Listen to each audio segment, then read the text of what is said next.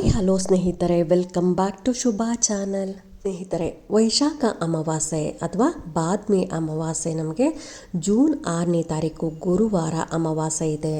ಅಮಾವಾಸ್ಯೆಯ ದಿನ ಈ ಕೆಲಸಗಳನ್ನು ಮಾಡಿದ್ರೆ ದೈವ ಫಲ ಅನ್ನೋದು ಪ್ರಾಪ್ತಿ ಆಗ್ತಾ ಹೋಗುತ್ತೆ. ಈ ನಿಯಮಗಳನ್ನು ಪಾಲಿಸಿದ್ರೆ ಅಮಾವಾಸ್ಯೆಯ ದಿನ ಕರಿಮೆಣಸು ಹಾಗೂ ಕಲ್ಲುಪ್ಪಿನಿಂದ ಈ ಕೆಲಸ ಮಾಡಿದ್ರೆ ನಿಮಗೆ ಇರುವಂತಹ ಕಷ್ಟಗಳನ್ನು ಕಳೆದು ಮನಸ್ಸಿಗೆ ನೆಮ್ಮದಿ ಹಾಗೂ ಕುಟುಂಬದ ಏಳಿಗೆ ಅನ್ನೋದು ಆಗ್ತಾ ಹೋಗುತ್ತೆ. ಇನ್ನು ಅಮಾವಾಸ್ಯೆಯ ದಿನ ನಮ್ಮ ಮನೆಯಲ್ಲಿರುವಂಥ ನೆಗೆಟಿವ್ ಎನರ್ಜಿ ಆಗ್ಬೋದು, ಅಥವಾ ಕೆಲಸ ಆಗ್ತಾನೇ ಇಲ್ಲ, ಅರ್ಧಕ್ಕೆ ಕಟ್ ಆಗ್ತಾ ಇದೆ ಕೆಲಸಗಳು ಅನ್ನೋದಾಗಲಿ, ಅಥವಾ ನಾನು ಯಾವುದೇ ಕೆಲಸಕ್ಕೆ ಕೈ ಹಾಕಿದ್ರು ನನಗೆ ಪೂರ್ಣ ಆಗ್ತಾನೇ ಇಲ್ಲ ಅನ್ನೋರಾಗಲಿ, ಅಥವಾ ಮನೆಯಲ್ಲಿ ಏನೋ ಒಂಥರ ತುಂಬಾ ಗಲಾಟೆಗಳಾಗ್ತಾ ಇರುತ್ತೆ, ಜಗಳಗಳಾಗ್ತಾ ಇರುತ್ತೆ, ಮನೆಯಲ್ಲಿ ಮನಃಶಾಂತಿ ಇಲ್ಲ ಅನ್ನೋರು ಕೂಡ ಈ ರೀತಿಯಾಗಿ ಈ ಕೆಲಸವನ್ನು ಮಾಡ್ಕೊಬೋದು. ಇನ್ನು ಅಮಾವಾಸ್ಯೆಯ ದಿನಗಳಲ್ಲಿ ನಾವು ಸೂರ್ಯ ಉದಯ ಆಗೋದಕ್ಕಿಂತ ಮುಂಚೆನೇ ಮನೆಯಲ್ಲಿ ಎದ್ದಿರಬೇಕಾಗತ್ತೆ. ಇನ್ನು ಯಾವುದೇ ಕಾರಣಕ್ಕೂ ನೀವು ಮಧ್ಯಾಹ್ನ ಆಗಲಿ ಅಥವಾ ಸಾಯಂಕಾಲ 5ರಿಂದ 6ರ ಒಳಗೆ ನೀವು ಆ ಸಮಯದಲ್ಲಿ ನಿದ್ದೆಯನ್ನು ಮಾಡಬಾರ್ದು. ಇನ್ನು ನೀವು ಅಮಾವಾಸ್ಯೆಯ ದಿನ ತಲೆ ಸ್ನಾನ ಮಾಡಲೇಬೇಕಾಗತ್ತೆ. ಇನ್ನು ಸ್ನಾನ ಮಾಡೋ ಸಮಯದಲ್ಲಿ ನೀವು ಶಾಂಪು ಹಾಕ್ಕೊಳ್ಳೋದಾಗಲಿ ಅಥವಾ ಸೋಪ್ ಹಾಕೋದಾಗಲಿ ಅಥವಾ ಸೀಗೆಕಾಯಿ ಬಳಸಿ ನೀವು ಸ್ನಾನವನ್ನು ಮಾಡಬಾರ್ದು. ಬರೀ ನೀರಿನಿಂದ ಆ ದಿನ ನೀವು ಅಮಾವಾಸ್ಯೆಯ ದಿನ ತಲೆ ಸ್ನಾನ ಮಾಡಬೇಕಾಗತ್ತೆ.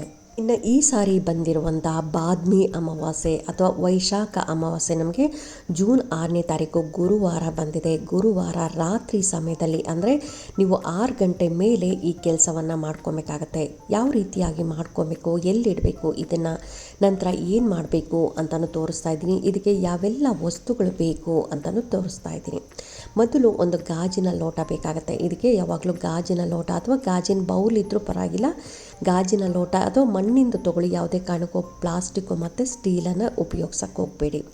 ಇನ್ನು ಇದರಲ್ಲಿ ಶುದ್ಧವಾದ ನೀರನ್ನು ಹಾಕಬೇಕಾಗತ್ತೆ. ನಂತರ ಒಂದು 1/4 ಟೀ ಸ್ಪೂನ್ ಆಗಷ್ಟು ಅರಿಶಿಣವನ್ನು ಹಾಕಬೇಕಾಗತ್ತೆ. ಇನ್ನು ಇದರೊಳಗಡೆ ನೀವು ಹರಳುಪ್ಪು ಅಂದರೆ ಕಲ್ಲುಪ್ಪು ಅಂದರೆ 9 ಕಾಳು ಕಲ್ಲುಪ್ಪನ್ನು ಹಾಕಬೇಕು. ಅದೇ ರೀತಿಯಾಗಿ 9 ಕರಿಮೆಣಸನ್ನು ಹಾಕಬೇಕಾಗತ್ತೆ. ನೀವು ಇದನ್ನು ಒಂದು 9 ಸೈಡ್ಗೆ ಇಟ್ಕೊಂಡ್ರೆ ನಿಮಗೆ ಅದರಲ್ಲಿ ಹಾಕೋದಿಕ್ಕೂ ಈಸಿ ಆಗುತ್ತೆ. ನಿಮ್ಮ ಕಷ್ಟಗಳನ್ನೆಲ್ಲ ಹೇಳ್ಕೊಂಡು, ನಮ್ಮ ಮನೆಯಲ್ಲಿ ನನಗೆ ಮನಃಶಾಂತಿ ಬೇಕು, ನಮ್ಮ ಕಷ್ಟಗಳೆಲ್ಲ ಕಳಿಬೇಕು, ನಮ್ಮ ಮನೆಯಲ್ಲಿರುವಂಥ ನೆಗೆಟಿವ್ ಎನರ್ಜಿ ಎಲ್ಲ ಹೋಗಲಿ, ನನಗೆ ಆಗುವಂಥ ಕೆಲಸಗಳು ಅತಿ ಶೀಘ್ರವಾಗಿ ಆಗಲಿ ಅಂತ ನಿಮಗೇನು ಕಷ್ಟ ಇರುತ್ತೆ ನೋಡಿ, ಅದನ್ನೆಲ್ಲ ಹೇಳ್ಕೊಂಡು ನೀವು 9 ಅರಳುಪ್ಪು ಮತ್ತು 9 ಕರಿಮೆಣಸನ್ನು ನೀವು ಈ ಲೋಟದಲ್ಲಿ ಹಾಕಬೇಕಾಗತ್ತೆ.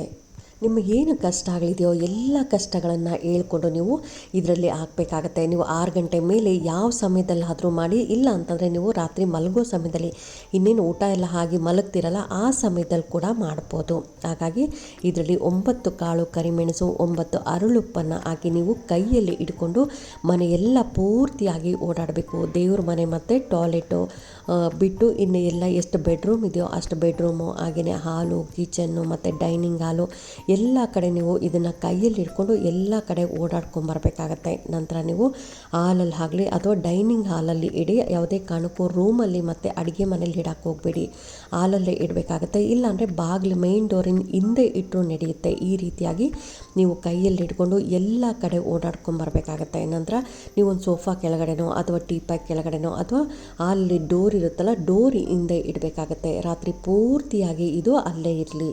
ನಮ್ಮ ಮನೆಯಲ್ಲಿರುವಂಥ ಯಾವುದೇ ಒಂದು ನೆಗೆಟಿವ್ ಎನರ್ಜಿ ಆಗಲಿ ಅಥವಾ ಕೆಟ್ಟ ಶಕ್ತಿ ಇತ್ತು ಅಥವಾ ಮಾಟ ಮಂತ್ರ ಇತ್ತು ಎಲ್ಲವನ್ನು ಇದು ಅಬ್ಸರ್ವ್ ಮಾಡ್ಕೊಳ್ಳುತ್ತೆ. ಯಾಕೆಂದರೆ ಅರಿಶಿಣಕ್ಕೂ ಅಷ್ಟೊಂದು ಶಕ್ತಿ ಇದೆ. ಅದೇ ಜೊತೆ ನಾವು ಕರಿಮೆಣಸು ಹಾಗೆಯೇ ನಾವು ಕಲ್ಲುಪ್ಪನ್ನು ಹಾಕಿದ್ದೀರಿ.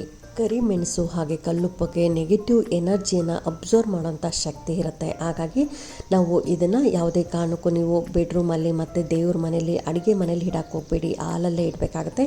ಇಲ್ಲಾಂದರೆ ಡೈನಿಂಗ್ ಹಾಲ್ ಇದ್ದರು ಅಂದರೆ ಅಲ್ಲೂ ಕೂಡ ಇಡ್ಬೋದು. ನಮ್ಮ ಮನೆಯಲ್ಲೂ ಕೂಡ ಎಲ್ಲೂ ಚೆಲ್ಲಬಾರ್ದು ಈ ನೀರು. ಆ ರೀತಿಯಾಗಿ ನೋಡಿಕೊಂಡು ನೀವು ಬೆಳಗ್ಗೆ ಎದ್ದ ತಕ್ಷಣ ಮೊದಲು ನೀವು ಇದನ್ನು ಮನೆಯಿಂದ ಯಾವುದಾದ್ರೂ ಗಿಡಕ್ಕೆ ಹಾಕಿ, ಇಲ್ಲ ಅಂತಂದರೆ ಯಾರು ತುಳಿದೇ ಇರೋಂಥ ಜಾಗಕ್ಕೆ ಹಾಕಬೇಕಾಗತ್ತೆ. ಇದನ್ನೇ ಯಾರಾದರೂ ತುಳಿದ್ರೆ ಅವ್ರಿಗೆ ನೆಗೆಟಿವ್ ಎನರ್ಜಿ ಹೋಗುತ್ತೆ ಸ್ನೇಹಿತರೆ.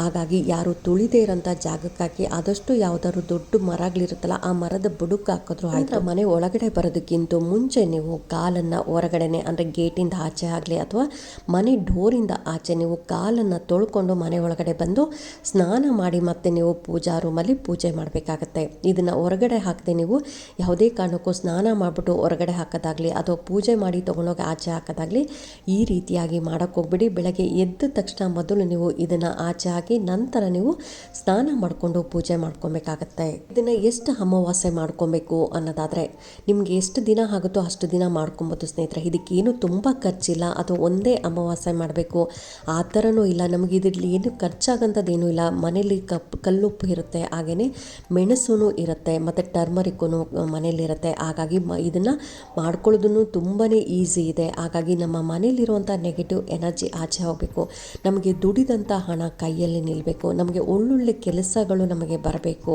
ನಾವು ಮನೆಯಲ್ಲಿ ಸುಖ ಸಂತೋಷ ನೆಮ್ಮದಿಯಿಂದ ಇರಬೇಕು, ಕುಟುಂಬದ ಜೊತೆ ಚೆನ್ನಾಗಿರಬೇಕು ಅಂದರೆ ಈ ರೀತಿಯಾಗಿ ನೀವು ಅಮಾವಾಸ್ಯೆಯ ದಿನಗಳಲ್ಲಿ ಮಾಡ್ಕೊಳ್ಳೋದ್ರಿಂದ ನಿಮಗೆ ತುಂಬಾ ಒಳ್ಳೆಯದಾಗತ್ತೆ. 6ನೇ ತಾರೀಕು ಅಮಾವಾಸ್ಯೆ ಬಂದಿದೆ, ಎಲ್ಲರೂ ಮಾಡ್ಕೊಳ್ಳಿ, ಇದರಿಂದ ಉಪಯೋಗ ಪಡ್ಕೊಳ್ಳಿ ಅಂತ ಹೇಳ್ತಾ ಈ ವಿಡಿಯೋ ಹೇಗನ್ನಿಸ್ತು ಅಂತ ನೀವು ಕಾಮೆಂಟ್ ಸೆಕ್ಷನಲ್ಲಿ ಕಾಮೆಂಟ್ ಮಾಡಿ, ಲೈಕ್ ಮಾಡಿ, ಶೇರ್ ಮಾಡಿ. ಇನ್ನೂ ನನ್ನ ಚಾನಲ್ನ ಯಾರಾದರೂ ಸಬ್ಸ್ಕ್ರೈಬ್ ಮಾಡದೆ ಹಾಗೆ ನೋಡ್ತಾ ಇದ್ದರೆ ಎಲ್ಲರೂ ಸಬ್ಸ್ಕ್ರೈಬ್ ಮಾಡ್ಕೊಳ್ಳಿ. ಪಕ್ಕದಲ್ಲಿರೋಂಥ ಬೆಲ್ ಐಕನ್ ಪ್ರೆಸ್ ಮಾಡೋದ್ರಿಂದ ನಾನು ಹಾಕೋ ವಿಡಿಯೋಗಳೆಲ್ಲ ಬೇಗ ಬಂದು ತಲುಪುತ್ತೆ. Thank you.